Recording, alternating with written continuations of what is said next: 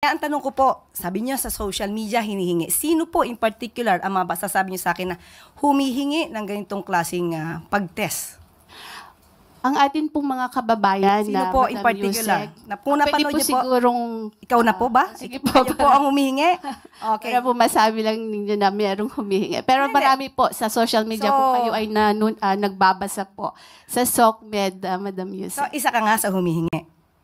Kasi po gusto Sige, niyo po, tanong ko nga, isa ka ba? Kasi we have to be specific on this.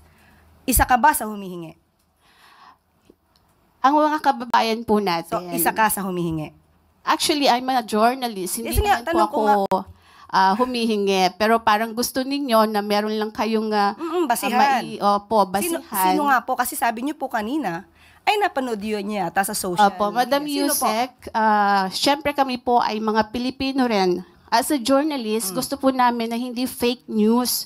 Yun pong aming ibabalita sa taong bayan. Okay, so humihingi po.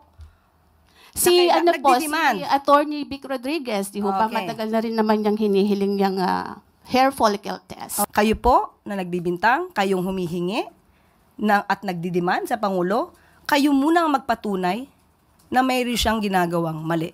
Kapag wala po kayong napatunayan, wala po kayong karapatan humingi sa Pangulo ng anuman demand patungkol sa hair follicle test.